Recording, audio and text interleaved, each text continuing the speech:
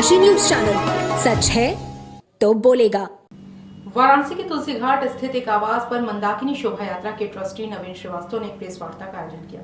इस दौरान मीडिया से बात करते हुए उन्होंने बताया कि 17 अप्रैल को रामनवमी का पर्व है, वहीं इसको लेकर तुलसी घाट से भगवान राम जयंती के उपलक्ष्य में एक भव्य शोभा यात्रा निकाला जाएगा। इस दौरान मीडिया से बात करते हुए नवीन श्रीवास्तव ने कहा कि वाल्मीकि रामायण के अनुसार चैत्र माह के शुक्ल पक्ष की 9वीं तिथि को अभिजीत मुहूर्त और कर्क लगन में भगवान विष्णु के 7वें अवतार प्रभु श्री राम का जन्म हुआ था। हर वर्ष इसी तिथि पर पूरे देश में रामनवमी का त्यौहार बड़े ही धूमधाम के साथ मनाया जाता है। वहीं इसी दिन जगह जगह शोभा यात्राएं निकाली जाती हैं।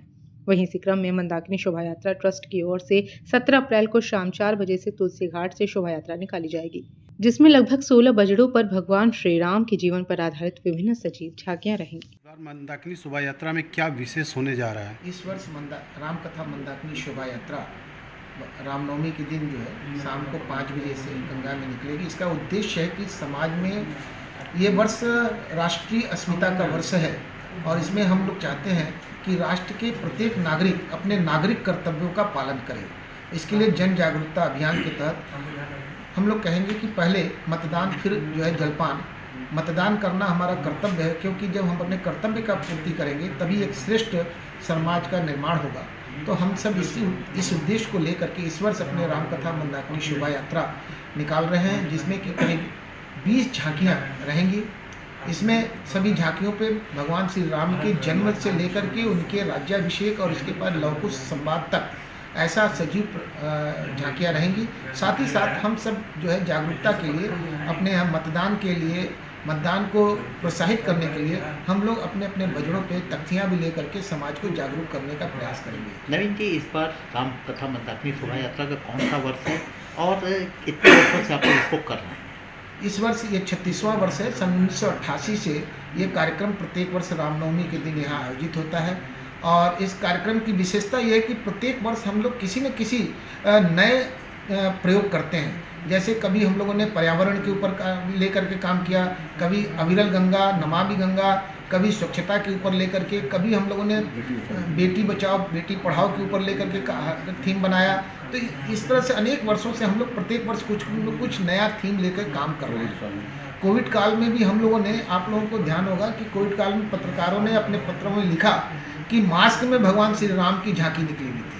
हम लोगों ने कोविड के नियमों का पूरा पालन करते हुए भी उस वर्ष एक जो है प्रतीकात्मक यात्रा निकाली थी। नवीन जी, इस बार 17 अप्रैल को रामनवमी जी का पर्व सारा सनातन मनाता है और मनाएगा, लेकिन इस बार सारे सनातनियों के लिए बड़ा विशेष भी है। अयोध्या में प्रभु श्री राम की प्राण प्रतिष्ठा हो चुकी है, उसको लेकर क्या कुछ रहेगा? आपको याद होगा कि ये कार्यक्रम सन 1988 से चल रहा है, लेकिन अयोध्या में रामनवमी, अयोध्या में भगवान श्री राम के मंदिर का शिलान्यास सन 1989 में हुआ। जो लोकतंत्र में भगवान श्री राम के आंदोलन का जो पृष्ठभूमि रखी गई, उसकी पृष्ठभूमि जो है 1988 में भी कह सकते हैं रखी जा चुकी थी यहाँ पे। और ये अपने आप में बड़ा ही अद्भुत और बड़ा ही ऐतिहासिक पल है कि आज भगवान श्री राम का भव्य मंदिर अयोध्या में बनकर के तैयार हो गया है और वहाँ इस वर्ष सूर्याभिषेक भी होने वाला है। और शाम को हम लोग यहाँ पे माँ गंगा के आंचल में भगवान श्री राम की झांकी निकालेंगे। तो ऐसा लगेगा कि भगवान ने जहाँ उनको कहा है सूर्यवंशी कहा गया है, लेकिन चंद्रवंशी होने के साथ भगवान कृष्ण कहे जाते हैं, लेकिन माँ गंगा के आंचल में भगवान श्री राम अटखेलियाँ लेंगे। इस वर्ष का एक ऐतिहासिक ऐतिहासिक क्षण आने वाला है। तो इस बार का आप लोगों का विशेष थीम है कहीं ना कहीं मतदान को लेकर के कि समाज में जो है जागरूकता और 100% मतदान हो, ताकि एक अच्छा, एक स्वस्थ और समर्थ भारत का निर्माण हो सके, एक विकसित भारत का निर्माण हो सके। इन सब चीज़ों को लेकर के हम अपने धार्मिक आयोजन के साथ साथ एक हम सामाजिक कार्य भी करने जा रहे हैं। पूर्वांचल की खबरों से जुड़े रहने के लिए आज ही सब्सक्राइब करें हमारा YouTube चैनल डनकाशी और हाँ, लेटेस्ट अपडेट्स के लिए बेल आइकन को प्रेस करना ना भूलें। और आपके पास है कोई जानकारी या है कोई सूचना तो हमारे दिए गए नंबर पर आप हमसे संपर्क कर सकते हैं।